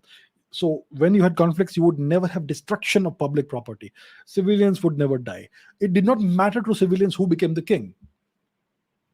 Things would stay the same. And the wealth of India was built in a variety of ways. First of all, you had natural resources. Yes. India was the first fully industrialized and urbanized civilization in the known history of the world. Yeah. So there was this emphasis on learning, on science and technology, which of course translates to military matters as well. And India had things that everybody else wanted. India was trading with the Chinese. India had this surplus grain production and all. Others would want that. In return, India would get gold. India had extensive trade with the Greeks. Greece is a small region, but Egypt was bigger, and Rome was prosperous 2,000 years ago. So we had ports in Western India which would send spices, etc., to the Romans, and the Romans would send back gold to India in exchange for that. So because of this trade, India had this enormous trade surplus with the world, which is why India became, over time, over the centuries, over the millennia, very prosperous. India did not have capitalism. Capitalism means extremely rapid growth. Capitalism is the endless pursuit of quarter upon quarter profits at the expense of everything else. And capitalism is what is destroying the environment today. The Western worldview is that the earth is a resource. Nature is a resource to be exploited. And that is causing the very rapid destruction of our environment, of the oceans, of the forests, of the land, everything, the soil. India saw nature and the earth as sacred. So whatever growth happened slowly. It happened over centuries, and the environment was never ever destroyed. So that was the special thing about India. The prosperity happened slowly. 10,000 years ago, there would not be so much gold and prosperity in India. I imagine. We don't know, right? Because we have done no research from the historical and archaeological perspective from that time period. But we know that there are cities, there are the remains of cities that are under the Indian Ocean, in the, let's say, the Gulf of Khambat, that date back to 10,000, 12,000 years before today. Properly well designed cities that date back 10, 12,000 years. So India was that advanced architecturally and from an engineering perspective, even 10, 12,000 years before today. So, so all the wealth that India had was acquired over centuries, over millennia. It was slow accrual of wealth. It is so. If you try to recreate the same system today, it will take time to reach the same levels of prosperity. Maybe 200 years, maybe 500 years. But the rest of the world follows capitalism. So that's why India is right now, India has no option but to follow the same practices as the rest of the world is following. But that is not good for the environment, and that's the conundrum that we are facing today, right? So that is what the lifestyle was like. That's how the kind of governance we had, and that is what was destroyed by, first of all, the Turkic colonization, and then the Western European and British colonization of India. That entire lifestyle, everything was totally destroyed, and all the wealth was transported out of India, first by the Turks and then by the British. They finished what the Turks started.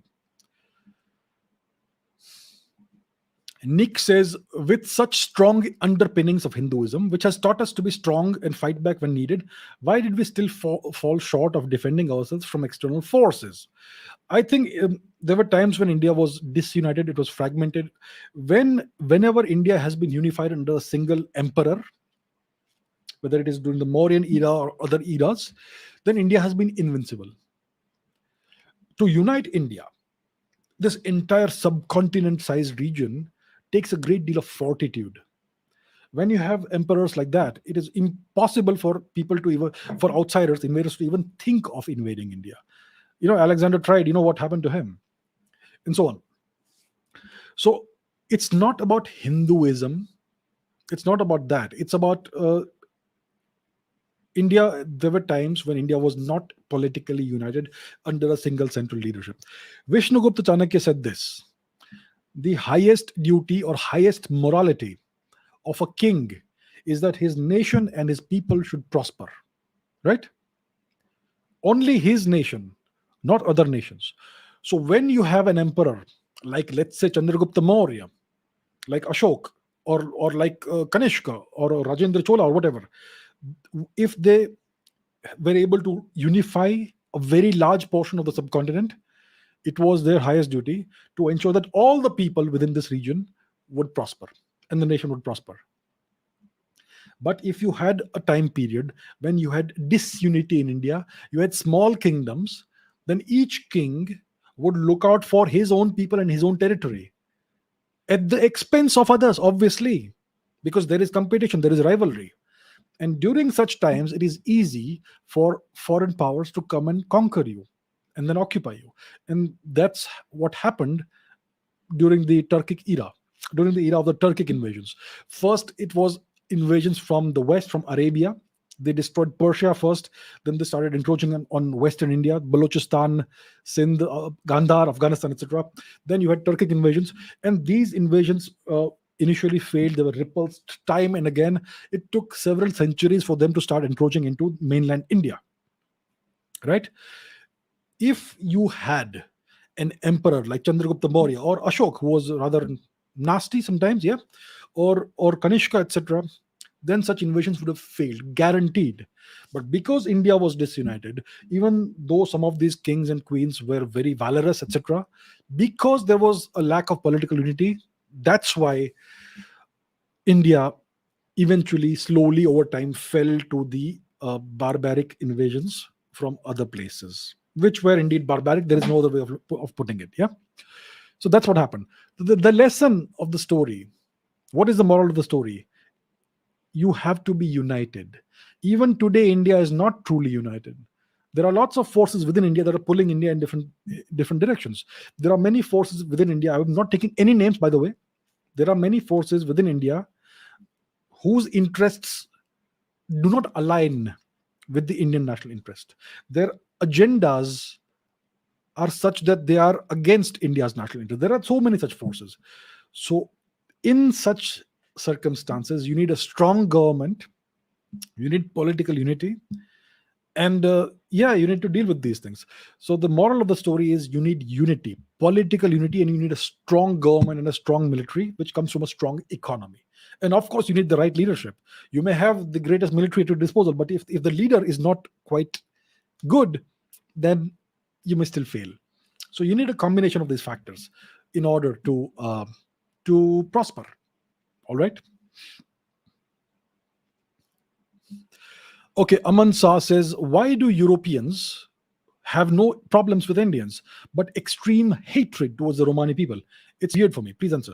And the Sibella, who appears to be Romani, says, actually, the Romanlar in Turkey don't speak Romani and refuse to be acknowledged as Romani. That's why they're accepted by the Turkish population, because they have all become Muslim and they have denounced their Romani roots. Okay, let me answer the first question first.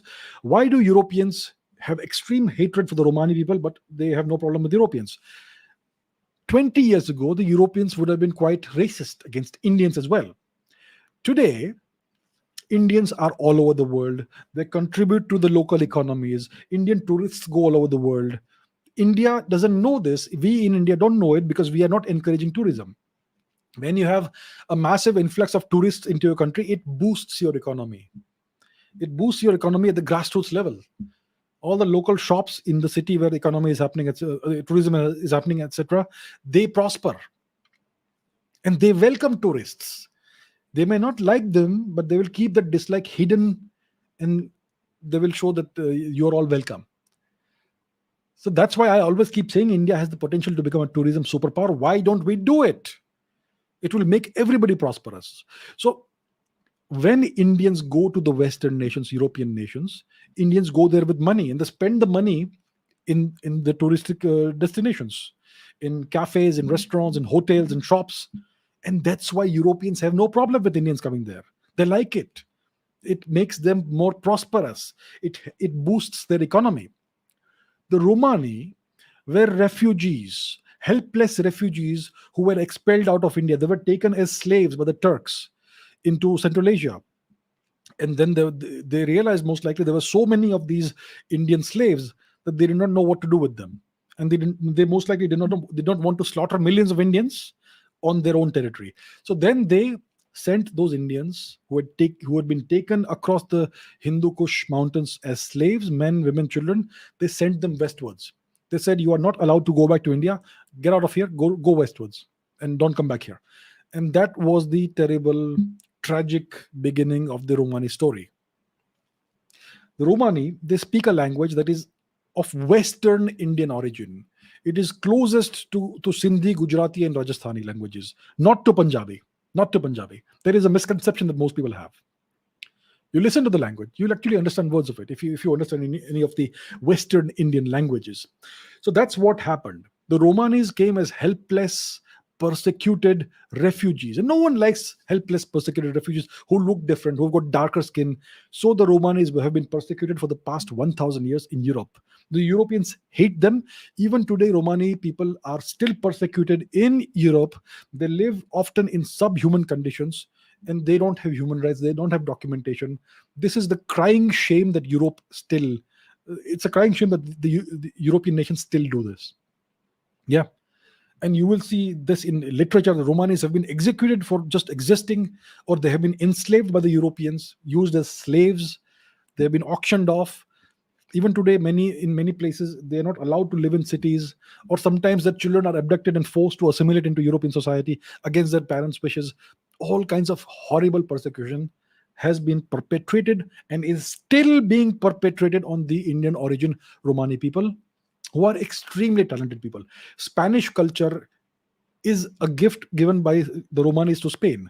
Flamenco dance, flamenco music is of Romani origin. All right? Flamenco guitar, flamenco dance, it's of Romani origin, which can be traced back to India. And so many great sports people, footballers, boxers, artists, singers, and so on have been of Romani origin, right? So that is the contribution of the Romani people to Europe, even though they have been treated so badly. Now, Sibela says that the Romani people in Turkey don't speak Romani. They refuse to be acknowledged as Romani, and that's why they're accepted by the Turkish population, because they all became a Muslim and denounced their Romani roots. There is a significant amount of truth to what Sibella says. I believe, I don't have exact statistics and data, maybe the statistics don't exist, but it is rumored, people say this, that at least 5% of Turkey's population is of Romani origin, Romani ethnicity. Yeah. And the deal is this in Turkey: if you want to be allowed to live in peace, you have to say that I am Turkish, I speak the Turkish language, and I follow the local religion. And when people don't do this, they face persecution, terrible persecution in Turkey. Look at what's happened to the Kurds. Kurds mainly, right? The Kurds are not a Turkic people. They are an Indo-Iranian people. And they wish to have their own nation and their self-determination and all that, and they have been persecuted terribly by the Turks. Look at what happened to the Armenians. They're Christians. They are not a Turkish people. They have their own language. Again, persecution. The Romani, on the other hand, have kept their heads down. They've kept a low profile. They say we are Turkish, we speak Turkish, we are Muslims, and so on. And that's why they are allowed to live in peace. Everyone knows they are Romani. They look different. You go to Istanbul, on the Bosphorus coast and you see the flower sellers there, etc., you will see some of them who look like Indians. They are Indians. I mean, they are of Indian origin, they are Romani. So the Turks know that Romanis live among our citizens of Turkey, as long as they don't announce it that I am not Turkish, I'm Romani, and all that, they are allowed to live in peace. Now, let me give you an interesting historical anecdote. You must have heard of the Young Turks. One second. So the Young Turks movement is something that dates back to the early 20th century, in the final years of the Ottoman Empire. So there was this Young Turks movement, which was a nationalistic movement, which wanted a progressive Turkey, which wanted the end of the Ottoman Empire, to curtail the powers of the Ottoman Sultan. And there were three leaders: Anwar, Talat, and Jamal. Anwar Pasha, Talat Pasha, Jamal Pasha. And these guys did the genocide of the Armenians, right? They were, I mean, they are to be blamed for that. Now, one of these guys, Talat Pasha. So Talat Pasha is regarded as a war criminal. Yes, he was, in a way, the de facto leader of Turkey from 1913 to 1918. Take a look at what it looks like. This is what Talat Pasha looked like. He looks like an Indian guy, doesn't he? He was of Romani origin, and he was a Turkish nationalist. Talat Pasha. Yeah, that's what it is. There are various memes around him. He's regarded by the Armenians as a war criminal, by historians as a war criminal, as one of the main architects of the Armenian genocide. He was a Turkish nationalist, and so on and so forth. He was assassinated by an Armenian. So he was of Romani origin. So as long as you say that you're Turkish and you work for Turkey and all that, the Turks accept you. So everyone knew that he was a Romani. He looked different. He had dark skin compared to the average Turkish person, and yeah, he was a tall, well-built person, and so on. So that's one example, a tangible example of a Romani person in Turkey. And lots of Turkish musicians are of Romani origin. It's and lots of Turkish artisans who make handicrafts, etc., are of Romani origin. It's very well known.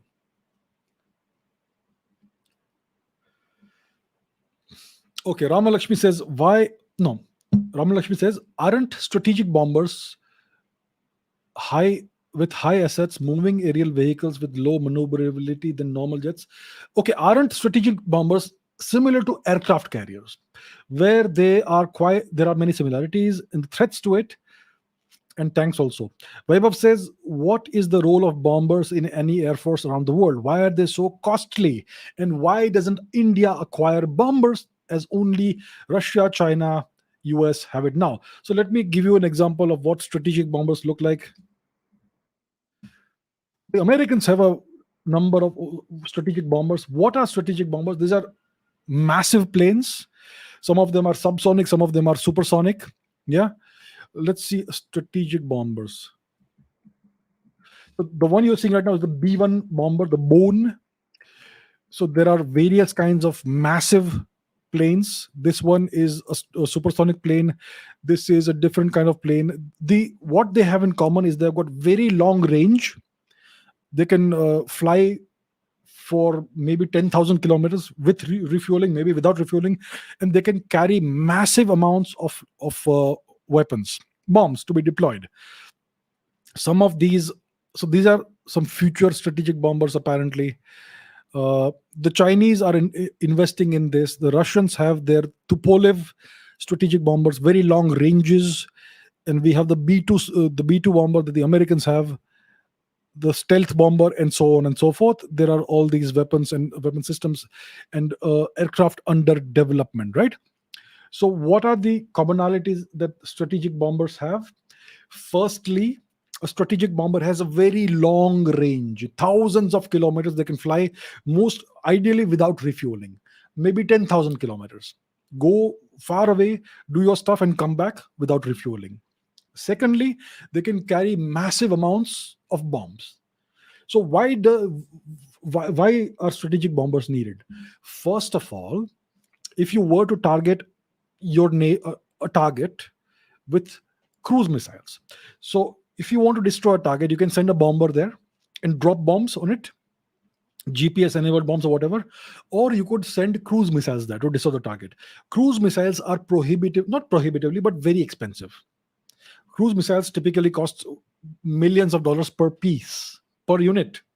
You deploy 100 cruise missiles, you're spending more than $100 million. But you could drop many more bombs than that, which would achieve a much better effect for you of destroying the target for much less money. So that's why these strategic bombers are useful for that. And strategic bombers are obviously vulnerable, like Ramalakshmi is saying. Strategic bombers typically fly high, maybe 10 kilometers, maybe 15 kilometers, and they are visible. They are slow moving targets, they are visible. So they face great threats. Nations with good air defenses can take out strategic bombers. And that's why there is nowadays the emphasis on stealth. The B-2 bomber is a stealth bomber. It's a very long range bomber. You can look up what range it has. It can carry a significant amount of payload, weapons payload, bombs, and it's very hard to detect. But your other bombers, like the B-1 bomber, etc., they are visible and they can be taken out with a nation with reasonably good defenses. There will be countermeasures that these aircraft have. So is it true that strategic bombers are similar to aircraft carriers? Aircraft carriers are big, slow-moving targets. You can defend them with all kinds of multi-layered defenses, but it's just a mathematical certainty that if you have enough missiles, you will take out the aircraft carrier. That's why aircraft carriers are not used in contested environments. Aircraft carriers are never used in contested environments. So what about these strategic bombers? Are they useful? So in the past 2-3 decades, where have the Americans actually actively used strategic bombers? They have used strategic bombers in places like Kosovo, during the Yugoslavia, the Balkan Wars of the turn of the century, in the 1990s. They have used strategic bombers in Afghanistan to target the Taliban. The Taliban can't shoot back, so it's okay. They've used strategic bombers in Iraq after they've destroyed all the air defenses of Saddam Hussein. They've used strategic bombers in Libya after neutralizing air defenses. They've used strategic bombers in Syria, where again the terrorists and Assad's regime, etc., not terrorists, the Assad regime did not have the ability to take out these bombers. So the strategic bombers today are good at carrying lots of bombs and carrying lots of missiles over very large distances. And they are good at deploying these weapons on enemies that cannot shoot back. Yeah. If you were to send a strategic bomber into contested airspace, there is a very high likelihood it will be destroyed. Yeah. So there are certain things that strategic bombers do. First of all, they carry standoff weapons, cruise missiles that can be deployed at a long range. So you come near the target, maybe 1,000 kilometers or 1,500 kilometers from the target, and then you launch a cruise missile. So that is one kind of thing you could do. So the thing is that strategic bombers are slowly but steadily becoming obsolete unless you have something that's invulnerable, something like a stealth bomber. Yeah. And strategic bombers can be replaced by fighter planes, F-16s, F-18s, Rafale jets, Tejas jets that can go and do the same thing. And these fighter planes can actually defend themselves and destroy other aircraft as well. But they cannot carry a Tejas jet or a F-16 or a Rafale cannot carry thousands of tons of bombs. So that is a drawback. So either you use strategic bombers in non-contested environments where there is no chance of it getting destroyed, or you use very expensive cruise missiles, or you use fighter jets which need to have multiple sorties, and then they can carry less weapons and so on. So these are the various scenarios that currently exist, right? So overall, war is expensive. Yeah. And there is always the possibility that you will lose your expensive assets. And increasingly, strategic bombers are slowly, I would say, becoming obsolete. In the future, you will have drones, kamikaze drones, inexpensive kamikaze drones that could perhaps do the thing, or you could have other kinds of weaponry that do not put your expensive platform at risk and your people at risk. Yeah. So yes, I agree that in some ways, a strategic bomber is similar to an aircraft carrier. Yeah. Okay. Dongar Singh Chauhan says US killed that is Zawahiri in a Kabul drone strike. What's the evidence that he is dead? Crazy Brain says, was taking down Zawahiri and the announcement of the same before Pelosi's Taiwan visit a mere coincidence? Yeah, so to answer Dongar Singh Chauhan's question, there is no evidence that he is dead. They have shown no evidence. We have to believe their word. They said we have done this and we have to, they said we have killed him. And we here, we have to just say, okay, the Americans said it, so it must be true. Yeah, that's how it is. They have given no evidence that he is actually dead. Similar to what they did with Bin Laden. They did not show any evidence of him actually being dead. So we have to just trust them. Trust me. I always tell the truth. Yeah. And when it comes to the timing of the announcement before Nancy Pelosi's visit to Taiwan, was it a coincidence? It may or may not have been a coincidence. In geopolitics, there are actually no coincidences. So maybe it was timed in a manner that will coincide with Pelosi's visit. What was the purpose and the intent behind it? I'm not quite sure. But in a way, this they have chosen to kill Zawahiri right now. I am sure they have known where he has been for a very long time. It seems they killed him in Kabul, in the house of a guy who was a contributor to the New York Times or something like that. So I'm sure they were tracking him for a very long time. So why have they chosen to kill him now and announce it now? The US is currently undergoing a massive recession. The economy is not doing well. People are unhappy. There is a lot of hardship. The supermarkets are becoming empty. All these internal issues. So when people are unhappy, you throw them some crumbs like this and make it look like, yeah, USA, USA, USA, US is great again. That could be the reason, possibly. And even the Pelosi visit to Taiwan to start a new Taiwan Strait crisis could be another diversion to divert the public attention from the problems at home. Yeah, like I said, foreign policy is always a reflection of what is going on at home. Always, in any nation, it's always a reflection of that. It's always you have to take those things into account. Okay, let's take one more question. Harry says, how can I find the courage to tell my family about me being gay? They want me to say yes to a girl and get married in the coming months, but they don't know about me. Right. See, it's like this. You are what you are. I'm sure you know that you are gay, and therefore it obviously does not make sense for you to marry a girl. If you do marry the girl that is being proposed, you're gonna end up being unhappy yourself, and you're gonna end up making her also very miserable. Yes, you will not be happy, and if you're not happy, she will also not be happy. And because you're gay, she will obviously realize that you are that. So it is not going to work out for you in the long run. You're going to be miserable, you're going to be unhappy. And we have to understand some basic things. All of us, what is the purpose of life? First of all, the purpose of life is to be happy and contented. And secondly, the purpose of life is to contribute something to society.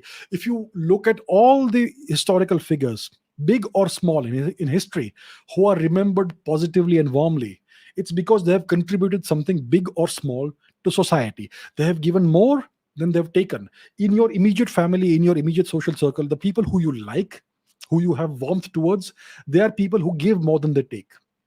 So I think it is the purpose of every human life to find their own way in which they can contribute something meaningful and something positive to society. Now, if you are unhappy, if you are miserable, if you are conflicted internally, if you're conflicted externally, if you don't have a happy personal life, what will you contribute to society? Right? You have to think about that. You have to think about the long run. If you get married to this girl, then you will not have a happy life, and you will not contribute anything good to society. It will be very hard for you to do that.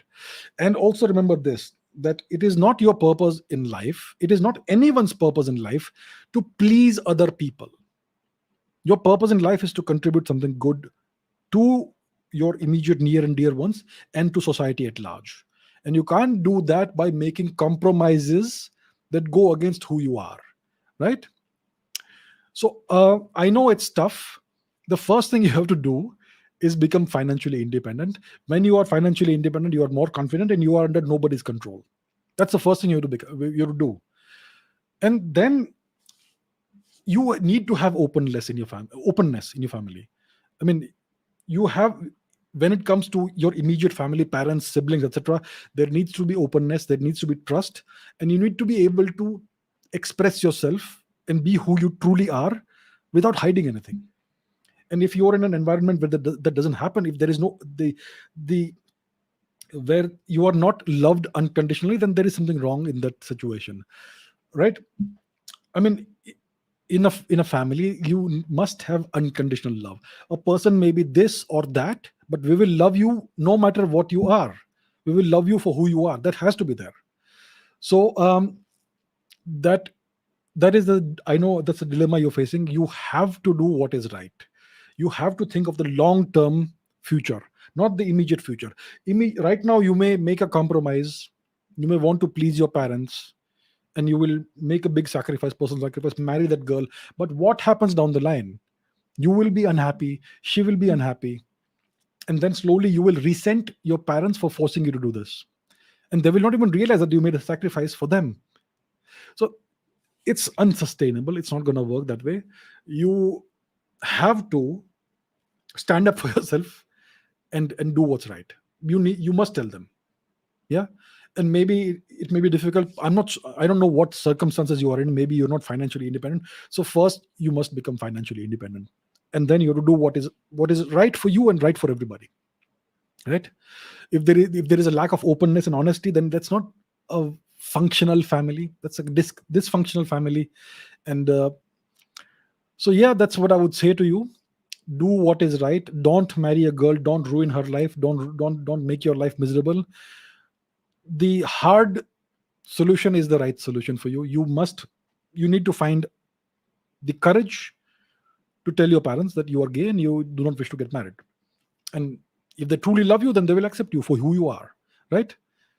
So so that's what I would suggest. I know it's difficult, I know it's scary, but this is you standing up for yourself, right? If you respect yourself and if you want to do something good in life, you have to get past this hurdle and this obstacle.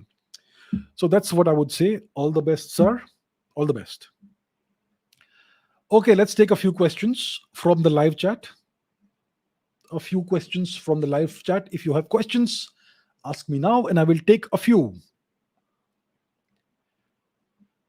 Okay, let's see what we have. Let's see. Shaheen says, what happened to Zoroastrians who migrated to China and East Asia? Why only those who migrated to India are still around today? Well, there must be some kind of difference between India and China.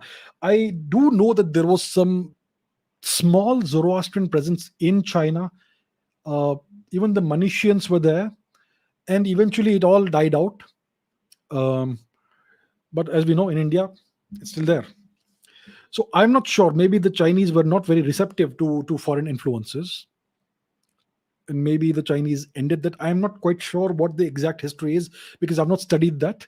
It's in the overall big picture of Chinese history. It's not that significant, unfortunately. That's why I've never even thought about this question. But what you are observing is absolutely right. Zoroastrians did go. There was a Zoroastrian presence, small presence in China, maybe in East Asia also, and that did not survive at all. In India, they're still around. There are less than 100,000 Zoroastrians in India, but they are very prosperous. Uh, if you are a Zoroastrian, I believe that if you are in Indian Zoroastrian and you earn less than 90,000 rupees a month, that means that you are below the poverty line. So the Zoroastrian poverty line in India is 90,000 rupees a month. So that is something that most Indians would regard as extremely wealthy and prosperous, but for them they have a different set of standards. So that tells you that Zoroastrians have done very well in India. They have been treated very well, and they have been given the utmost respect, and they have been allowed to progress as far as they could. So that's the difference. That's how the difference has been. All right, let us see. Pratham says, you once said that Mustafa Kemal Atatürk was a true Turkic nationalist. Then why is Turkey a vassal state of the US now? Did you know when he died? He died in 1938, I think. If I am not mistaken, he died in 1938. Today is 2022. It is not 1938. A lot of water has flown under the bridge since 1938. So please study the history. I cannot tell you in 3 minutes what happened. Yes, when he was alive, Turkey was nobody's vassal state. He fought all the Western powers and he defeated them. Then he died. He drank himself to death. He died of liver cirrhosis, I believe. And then everything else happened. So if you want to understand why Turkey is where it is today, please study the Turkish history post 1938. Okay? Turkey became essentially an autocracy. It was run essentially by the military. And then as this new power emerged on the horizon, this new global superpower, there was this Cold War between the US and the USSR. And the Turks have always had an antagonistic adversarial relationship with Russia, which was now the USSR. And because most likely of this historical background, they chose to side with the US. And eventually the US became all powerful in this region. And then slowly the Turks became a US vassal state, but they still have imperial ambitions. They still have the ambitions today of restoring the old Ottoman era glory. All right, so that is in brief what happened. I did say he was a true nationalist, but he died in 1938. Please understand that today is not 1938. Today is 2022. All right. Who is Andrew Tate? Looks like I'm not very well informed. I don't know who Andrew Tate is. Okay. Let us see. What else do we have?